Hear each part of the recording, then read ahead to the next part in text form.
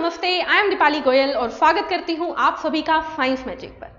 तो स्टूडेंट्स, आज की क्लास में हम देखने वाले हैं प्लाज्मा मेम्ब्रेन के बारे में, यानी कि कोशिका झिल्ली के बारे में और उसके अंदर मौजूद साइटोप्लाज्म के बारे में। क्या होती है कोशिका झिल्ली, क्या काम करती है कोशिका झिल्ली। लेट अस स्टार्ट विद कोशिका झिल्ली। तो आज की क्लास में हम पढ़ेंगे सेल मेम्ब्रेन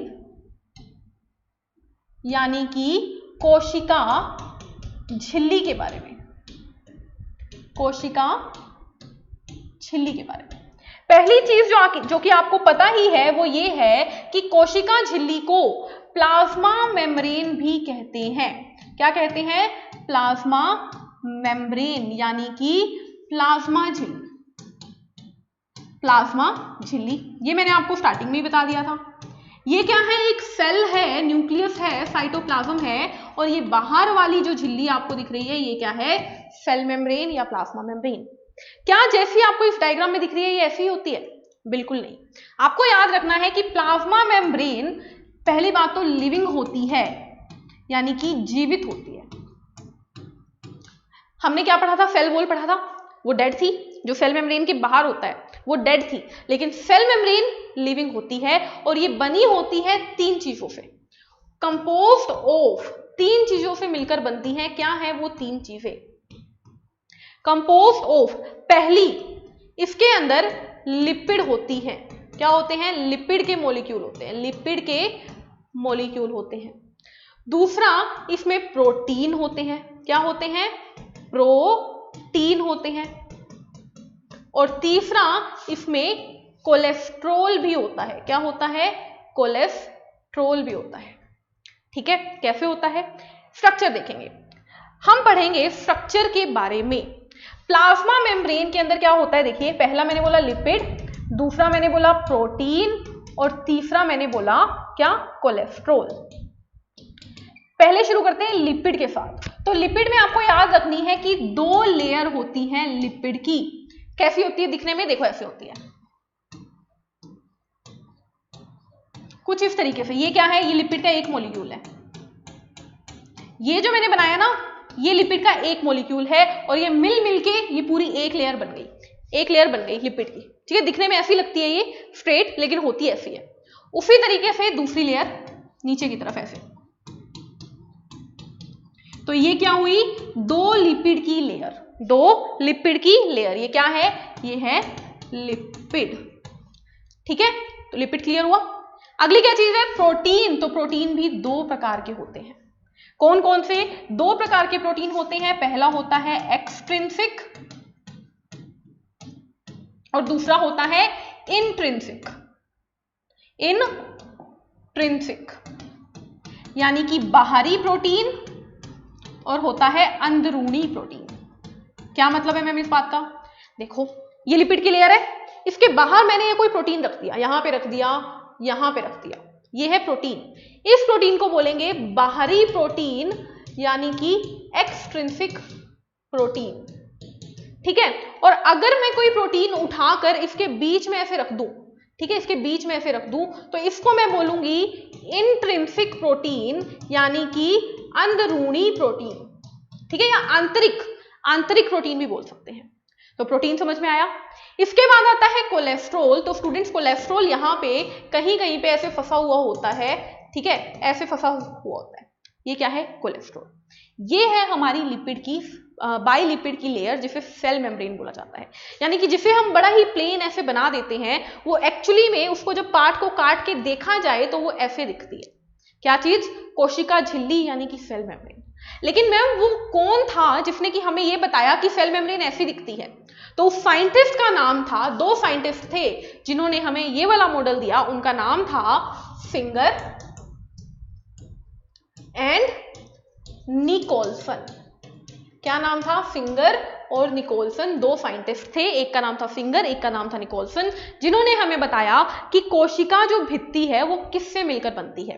तो आप लोग जानते हो कोशिका भित्ति किससे मिलकर बनती है? कोशिका भित्ति मिलकर बनती है दो लिपिड की लेयर से, दो प्रकार के प्रोटीन, एक्सट्रिंसिक और इंट्रिंसिक प्रोटीन से, कोलेस्ट्रॉल से, और यहां पर कुछ शुगर के मॉलिक्यूल भी होते हैं। ठीक है, जिसपे क्वेश्चन नहीं आता। क्वेश्चन आएगा लिपिड की कितनी लेयर होती है? 2। प्रोटीन कौन कौन से होते हैं? एक्सट्रिंसिक और इंट्रिंसिक। या फिर क्वेश्चन आएगा कि इनमें से क्या प्लाज्मा मेम्ब्रेन में नहीं होता, ठीक है, तो आपको इन तीनों के अलावा जो भी ऑप्शन मिले उसे मार्क कर दीजिए। तो ये थी स्टूडेंट्स हमारी प्लाज्मा मेम्ब्रेन, ठीक है, यानी कि हमने अपनी सेल के अंदर हमने ये देख लिया है कि ये जो झिल्ली है वो क्या है, और अगर इसके बाहर सेल वॉल है तो हमने ये भी देख लिया, ठीक है। अब बचा क्या है? ये न्यूक्लियस बचा है और इसमें मौजूद कोशिका द्रव बचा है। तो अब हम पढ़ेंगे कोशिका द्रव के बारे में। किसके बारे में? कोशिका द्रव के बारे में। कोशिका द्रव में आपको क्या जानना है स्टूडेंट्स? देखिए, साइटोप्लाज्म जो हमारा है, जो हमारा कोशिका द्रव है, इसके अंदर बहुत सारी छोटी छोटी ऑर्गेनेली मिलती है। हमने देखा कि सेल से टिश्यू बनता है, टिश्यू से ऑर्गन, ऑर्गन से ऑर्गन सिस्टम और उससे ऑर्गेनिज्म बनता है। लेकिन सेल भी तो किसी चीज से मिलकर बनती है, जो कि है सेल मेम्ब्रेन, न्यूक्लियस, साइटोप्लाज्म। और साइटोप्लाज्म में मौजूद होती हैं सेल ऑर्गेनेली। सेल ऑर्गेनेली यानी कि कोशिकांग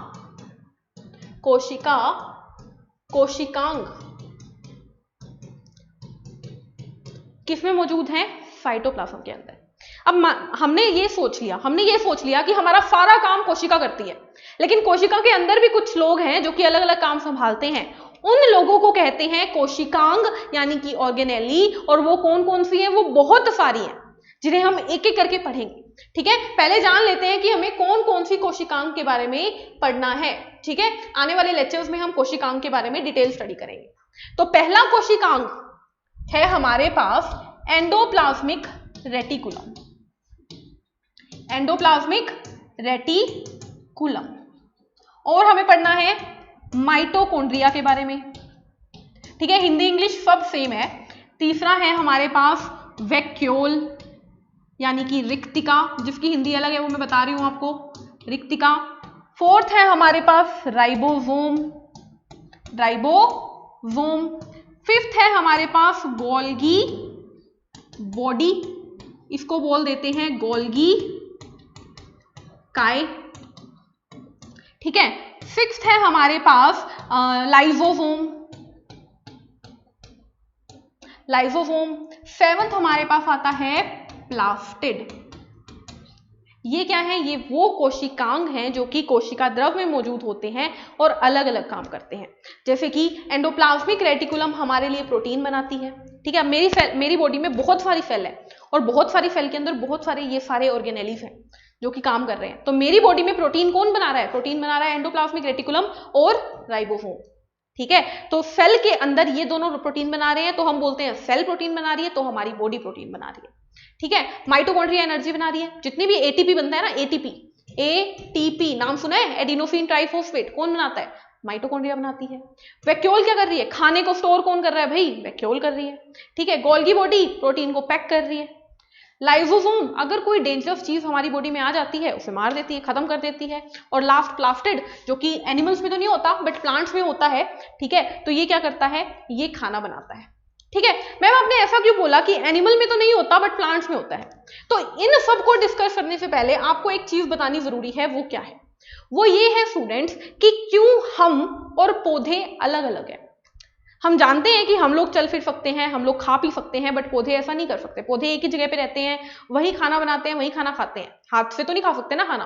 तो क्या डिफरेंस है प्लांट सेल और एनिमल सेल में? बहुत बहुत बहुत इंपॉर्टेंट टॉपिक है आप लोगों के लिए। क्या चीज? कि प्लांट सेल यानी कि पादप कोशिका कैसी होती है और एनिमल सेल यानी कि जंतु कोशिका कैसी होती है। क्या डिफरेंस है हम दोनों की कोशिका में, हमारे में और प्लांट में, ठीक है। तो देखो, एक पॉइंट आप पहले ही कर चुके हो। पहला पॉइंट क्या है कि सेल वॉल, कोशिका भित्ति, इसमें होती है भित्ति, प्लांट्स में होती है, एनिमल्स में नहीं होती। अगली चीज, कभी आपने सोचा है कि खाना जो है, आपने कभी सोचा है कि हम खाना क्यों नहीं बना सकते और पौधे खाना बनाते हैं? पौधों के फ्रूट तोड़ के हम खा लेते हैं, बट हम तो खाना नहीं बना सकते। मैम हम तो बनाते हैं किचन में। नहीं, किचन में जो खाना बनता है वो कैसे बनता है? पौधों के खाने का, ठीक है, तो पौधे खाना बना सकते हैं क्योंकि इनके अंदर स्पेशल ऑर्गेनेली, स्पेशल कोशिकांग होता है जिसे प्लास्टिड बोलते हैं। किसमें होते हैं?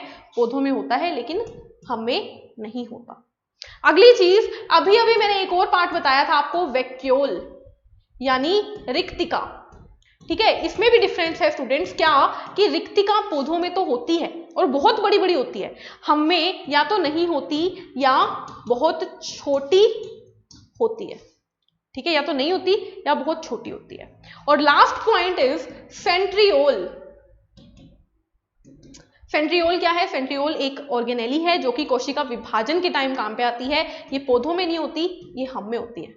ठीक है, हम अपने आगे जनरेशन को बढ़ा सकते हैं क्योंकि हम में सेंट्रियोल होता है, सेल डिवीजन हमारे अंदर होता है, लेकिन पौधों में ऐसा नहीं होता। तो ये बहुत ही इंपॉर्टेंट पॉइंट है कि प्लांट सेल और एनिमल सेल में क्या डिफरेंस है। और इसमें सबसे ज्यादा इंपॉर्टेंट आपके पास ये है, वेरी वेरी इंपॉर्टेंट। इससे हर साल एक क्वेश्चन देखने को मिलता है, हर साल आपके एग्जाम में एक क्वेश्चन आपको देखने को मिलेगा कि सेल वॉल किसमें प्रेजेंट होती है, प्लांट्स में, किसमें नहीं होती, एनिमल्स में। ठीक है, तो आज की क्लास को हम यहीं पर खत्म करेंगे। नेक्स्ट क्लास में हम डिस्कस करेंगे इन ऑर्गेनेलीज के बारे में, एक एक करके सारी ऑर्गेनेलीज लेंगे और 2 क्लासेस में हमारा सेल ऑर्गेनेली खत्म हो जाएगा, देन बचेगा न्यूक्लियस। तो आई होप आप लोगों को क्लास समझ में आई होगी। अगर समझ में आई है और आप आगे भी इसी तरह से हमारे साथ पढ़ना चाहते हैं तो बने रहिए हमारे चैनल के साथ। सब्सक्राइब करिए, लाइक करिए, शेयर करिए, बेल आइकन को प्रेस करिए ताकि आपको हर नोटिफिकेशन टाइम पर मिले। मिलते हैं नेक्स्ट क्लास में, तब तक के लिए stay happy, keep smiling, take care, thank you, bye bye.